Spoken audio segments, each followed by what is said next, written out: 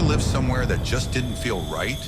Like even when everything looks normal on the outside, something about the place feels off? Yeah, I had that. I want to tell you about what happened when I moved into this small apartment building in Pittsburgh back in 2017. It was nothing fancy. An old red brick walk-up with 6 units. Just me and a bunch of quiet neighbors. Or so I thought. I'd just gotten out of a bad breakup. Needed a change of scenery, something cheap and quiet. The place seemed perfect. Rent was low. The building manager, an older guy named Ron, said it was mostly long-term tenants. Everyone kept to themselves. My unit was 4B, a 1-bedroom. Nothing special, but it had decent light and felt clean. The only strange thing, the apartment directly below me, 6B, was empty. Or, at least that's what Ron told me.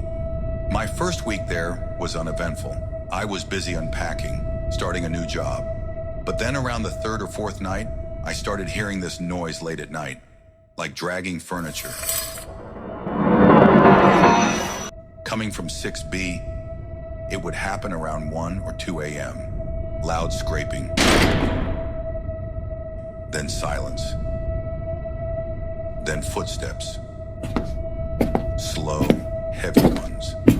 The first night I brushed it off. Old buildings make weird sounds, right?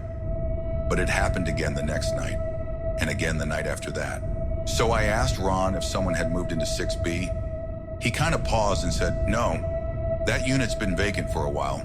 "Why?" I told him I'd been hearing noises, footsteps, furniture moving. He looked at me for a second, kind of squinted and just said, "That place always has noise problems, probably old pipes or shifting walls." Then he quickly changed the subject.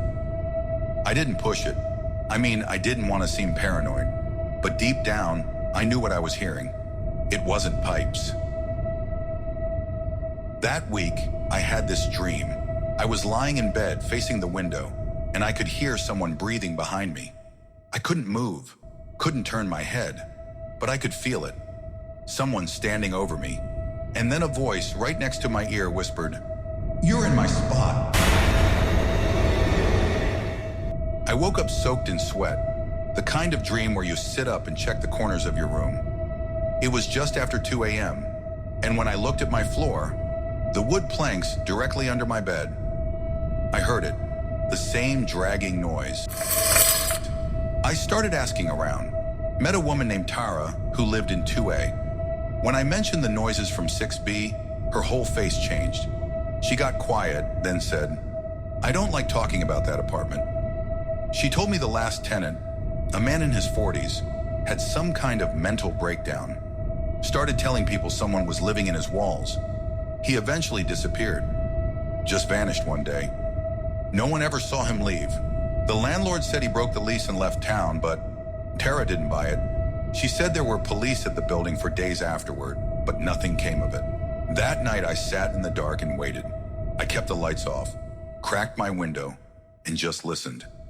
Sure enough, at 2:13 a.m., I heard the scraping again. But this time, I put on my shoes and crept down to the 2nd floor. I stood in front of the door to 6B. It was quiet, no lights from inside. I knocked. Nothing. So I leaned closer and listened. And I swear to you, I heard breathing. Right behind the door. But it wasn't steady.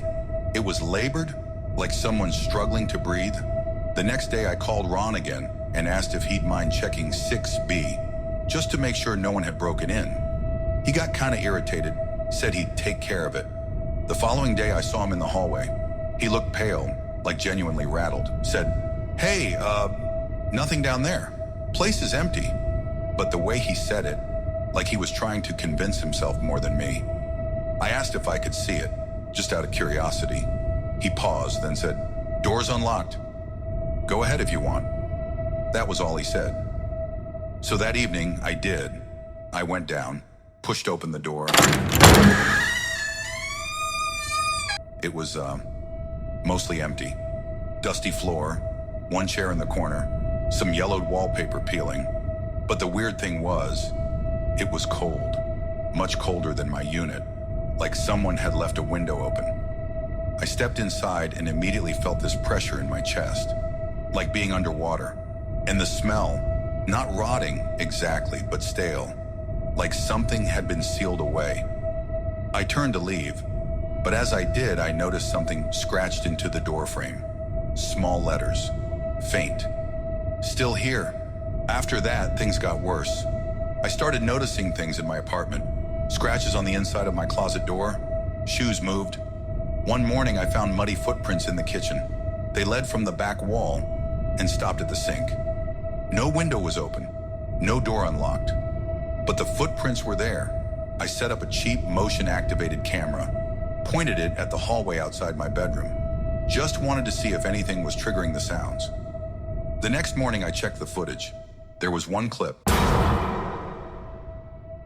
Timestamp, 2:16 a.m. The video was dark, just my hallway. But at 2:16 and 9 seconds, the light flickered. And for half a second, there was a shape. A man, just standing, not moving, right outside my door. And then, gone. Seeking help, 8:35. I showed the footage to Ron. He watched it, didn't say a word, then handed the phone back and said, "You should probably find another place." Just like that, no explanation. Didn't even deny what we saw. He refunded my security deposit in cash that same day. Didn't even ask for 30 days notice. Just said, "Get out before the weekend." That last night before I moved, I couldn't sleep. I sat on the couch, all the lights on, bags packed. And then, the door handle to my bedroom started to turn. Slowly, deliberately. I froze. There was no wind, no draft. Then I heard the voice, that same whisper from my dream. "Still here." I moved out the next morning. Didn't look back.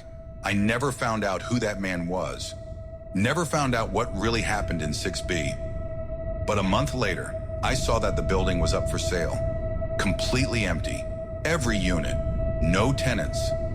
I don't know if Ron finally got scared enough to shut it down, or if something forced everyone out. But I still have the footage, and sometimes I replay it just to remind myself I'm not crazy.